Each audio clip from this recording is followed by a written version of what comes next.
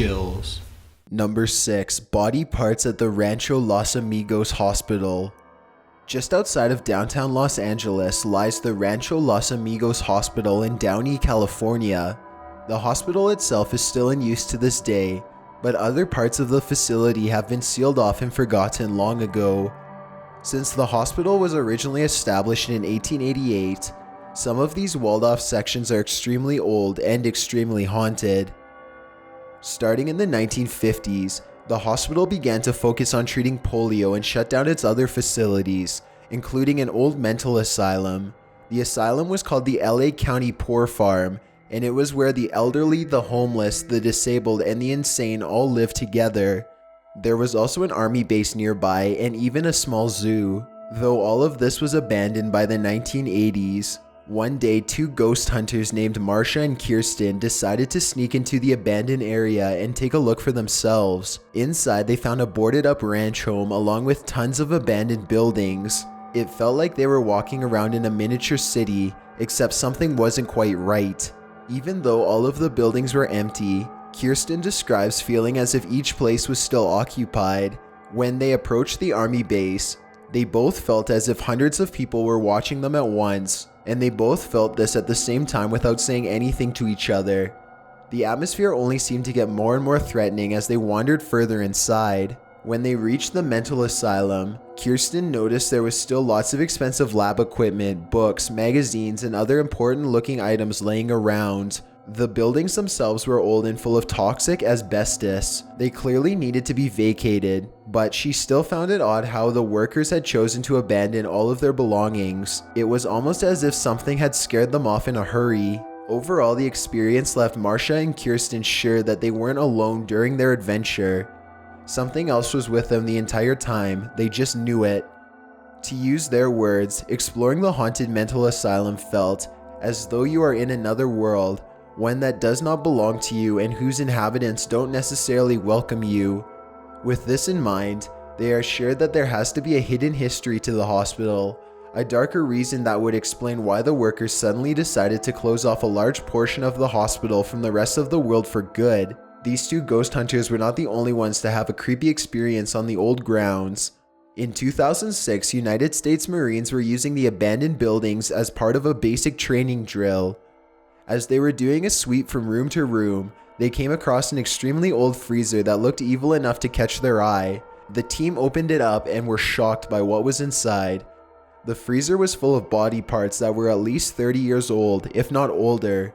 Several legs, feet, and shriveled up brains all filled the room with a putrid stench. As it turned out, the Marines had stumbled into an old abandoned morgue area. These body parts were supposedly from amputations, but no one can say where they came from for sure. This begs one simple question: are there more human remains on the property? And if so, could this be why everyone who sneaks inside feels like they are being stalked at every turn? Number 5. The Death Tunnel of Waverly Hills. The early 1900s was an especially dangerous time to live in Louisville, Kentucky. This was when a strange disease known as the White Death was sweeping through the nation.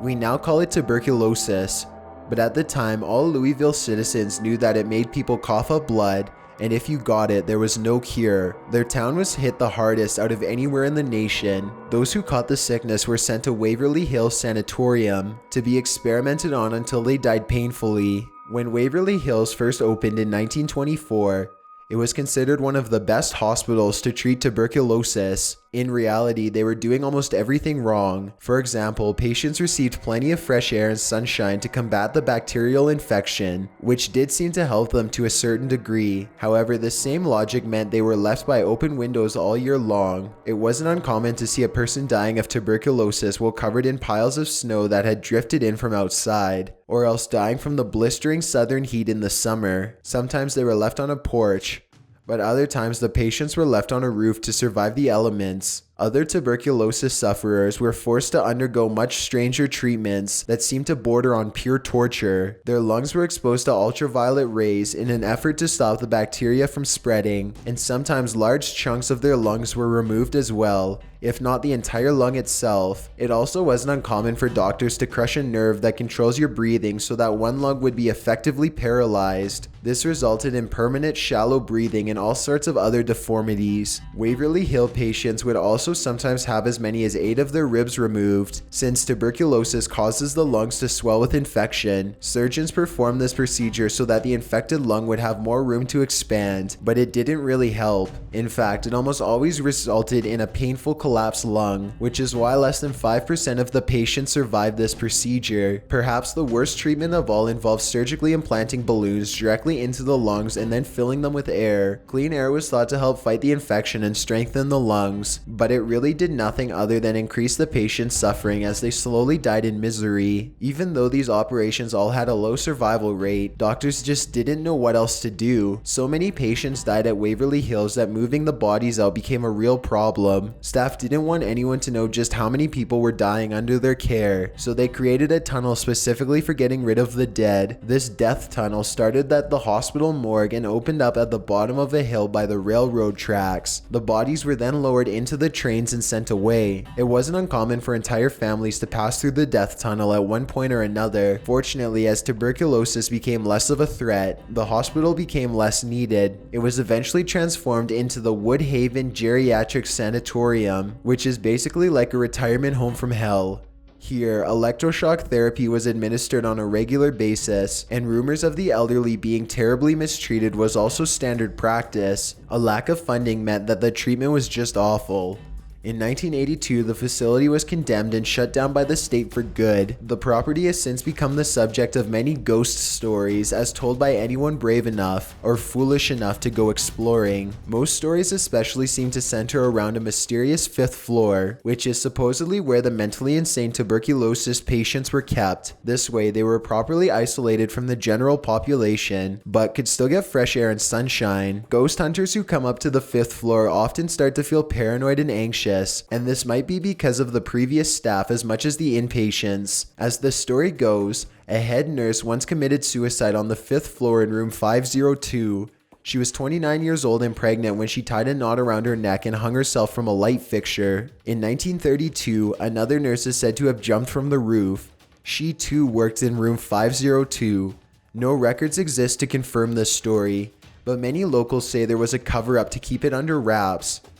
To this day, if you go into room 502, you might see shadows in the windows or even hear a voice sharply ordering you to get out immediately. Ghost sightings aren't just limited to the 5th floor. A man dressed in a white chef's coat is often seen walking around in the kitchen, where visitors can smell fully cooked meals. Sometimes you can even hear his footsteps along with the smell of freshly baked bread in the cafeteria area. There's also a little boy with an old 1930s leather ball to play with, and a woman with bleeding wrists who comes screaming at you for help. Other than that, slamming doors, shifting shapes, and lights in the windows despite a lack of power are all commonplace. Of course, there is no shortage of video evidence to support all of these paranormal claims. Number 4. Mental torture. The Fairfield Hills State Hospital in Newtown, Connecticut opened in 1931 to help with overcrowding at other state hospitals. 16 buildings spanned across 770 acres, housing up to 4,000 patients at a time. To the outside world, Fairfield Hills looked like a charming place to stay. However, it was really the place of insane misery and unspeakable cruelty towards the disabled. These methods of mistreatment included lobotomies and other forms of highly invasive brain surgeries. There was hydrotherapy, which is where a patient was forced to take a warm bath that would last for hours to even days. These baths were administered in a quiet room with low light levels and no other forms of stimulation. Sometimes the subject was simply sprayed with water instead. For most hydrotherapy baths, the temperature was between 92 and 97 degrees Fahrenheit. For certain mental disorders,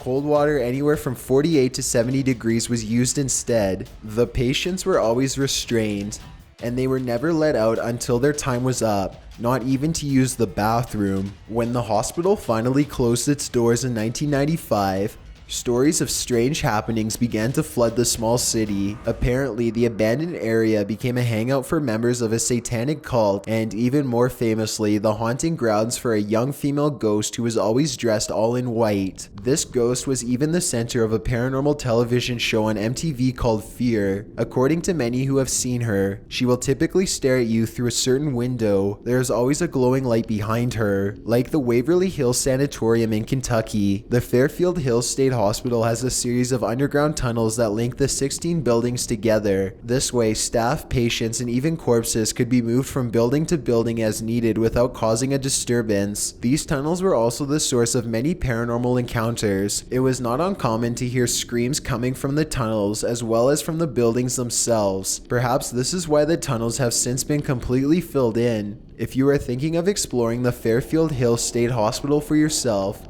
you might want to think again. Local authorities have been cracking down on trespassers and the penalties are fairly steep. If caught, you can expect to pay a $100 fine and spend the night in jail. Still, some brave explorers can't resist breaking into the property and having a look. As evidenced by the following footage, they almost always experience something not of this world.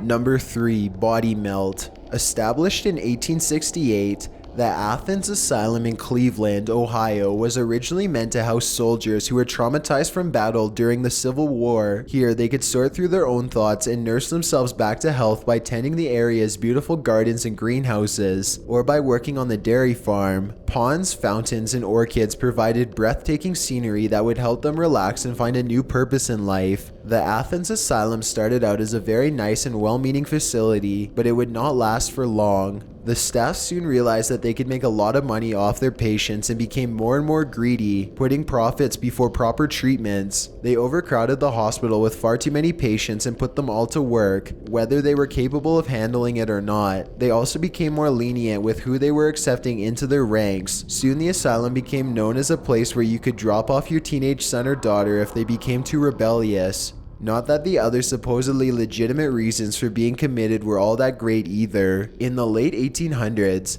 it wasn't uncommon for people to be sent to the Athens Asylum for masturbating too much, an act which many thought could cause a person to go insane. In fact, 82 patients were sent to the hospital specifically because of that reason alone. By the 1950s, the Athens Asylum had more than 2,000 people, some actually insane and some not so much. Regardless, the hospital was 3 times over its legal capacity. This large population overwhelmed the staff and made them begin to act even more cruelly than ever before. Patients were forced to soak in ice water baths as they were beaten or restrained for days on end. They were even shocked with electricity straight into their brain, or worst of all, given lobotomies. A lobotomy was when a surgeon takes an ice pick and jabs it beneath your eye, straight into your brain. This medical procedure, if you could call it that, was designed to disable the brain in an effort to keep a patient's emotions under control. It was never a good idea to begin with, but at the Athens Asylum, they were effectively using it to create mindless work slaves. Eventually, the asylum was shut down in 1993. By then, countless lives had been permanently changed by the staff's abuse. Many say that their unhappy spirits haunt the grounds to this day. Nearby Ohio University students would hear screams coming from the hospital. Those who went inside would see shadowy figures standing in the hallway and otherwise feel extreme dread. Then there is the famous ghost of Margaret Schilling. Margaret Schilling was a 54-year-old patient who went missing on the 1st of December 1979. The exact circumstances have most likely been covered up by the staff, but Margaret was probably trying to get away from some sort of abuse when she wandered into an abandoned area of the ward that was for tuberculosis victims. No one had any idea what got her next. Some say it was the spirits, some say it was starvation. Whatever it was, when employees found her 42 days later, she was completely naked and face down. All of her clothes were neatly folded next to her corpse. An autopsy showed that she died of heart failure. Her body had started to melt into the concrete, and the stain remains there to this day, along with her spirit. Why the outline of her body is permanently in the concrete is something no one can properly explain. Some say that it was a chemical reaction from the way the sun was hitting her, but others say it was an angry sign from beyond the grave. Her death will not be forgotten. They feel she is saying something with her stain. If you can scrub the stain, it will reappear moments later as if nothing had happened. Try as they might, no cleaning chemicals have ever been able to solve this. There is also an anonymous cemetery that has become the subject of much paranormal speculation as well. This is where patients with no family were buried. Instead of a headstone, they were given a white rock and a number. Thousands of bodies have been buried throughout the property, including many Civil War veterans. Aside from nightly ghost visits, there is also a patch of land near a creek with multiple hidden graves. This is where you can sometimes hear screams and see eerie glowing lights. At another part of the cemetery, the graves all form a circle. This is where witches would reportedly conjure spirits and cast mystical spells. Number 2. The High Street Ghost House. Built in 1892, the Sai Ying Pun Mental Hospital was originally built to house European nurses until World War II broke out. According to legend, the place was taken over by Japanese troops and used as an execution hall for quite some time. Countless prisoners of war were allegedly murdered here. Eventually, the Sai Ying Pun estate was converted into a mental hospital. It was abandoned in 1961 and badly damaged by 2 fires. Since then, there have been some extremely strange sightings. One is of a ghost who wears traditional robes on the 2nd floor. You wouldn't expect anything was wrong until he suddenly runs at you and explodes into flames. There are also headless figures running down the hallway at all hours of the night. These are presumably the executed prisoners of war. Finally, a woman often loudly cries into the night and footsteps boom throughout the property at random. Before we get to number 1, if you've ever been curious as to what I look like in real life, then follow me on Instagram at DylanIsChillinYT. I also have a Twitter at YTChills where I post video updates. I'd really appreciate it if you followed me, and feel free to send me a DM if you have any questions or suggestions. Number 1. The Manson Retreat. The Trans-Allegheny Asylum was built on the backs of prisoners in 1858. This Gothic building is so old. It first housed inpatients exactly 1 year before the end of the Civil War. It sits on 666 acres of land. With the way patients were treated, it's no wonder as to why this place is so haunted nowadays. For example, it was not uncommon for the staff to lock patients in literal cages and let them rot while covered in their own filth. They were often chained down and forgotten, left to scream and wither away, sometimes until death. Within a few decades, staff were already hearing screams in areas that were unoccupied and experiencing other strange ghostly sightings. Sometimes they would hear insane bouts of laughter or else painful groans coming from floors that were otherwise completely empty. By the 1950s, the hospital was housing up to 2,600 patients, which was more than 10 times past the maximum capacity. By this time, patients were treated as little more than prisoners. They had little light, almost no furniture, and certain sections even lacked heat during the frigid months. Even as late as the 1980s, the criminally insane were still being helplessly locked in cages. Even the infamous serial killer Charles Manson briefly stayed here. Thousands of patients were believed to have perished at the asylum over the years. Many of these cases were from neglect, while others were from suicide or failed psychiatric treatments. Their bodies are believed to have been buried in the mass graves throughout the hospital grounds. People often claim to hear voices hold full conversations with the walls themselves. Even the staff haunts the property to this day. Everyone from janitors to nurses are known to stalk the hallways before disappearing shortly afterwards. Perhaps this is because the staff themselves were disturbed by the institution, sometimes as deeply as the people under the care. One psychiatrist was reportedly haunted by the ghost of a man who committed suicide while under her watch. She claims the ghost followed her everywhere she went, even after she moved multiple times. Another time, a nurse was found dead and rotting at the bottom of a stairwell. Their spirits all seem to reside in the asylum, refusing to ever leave.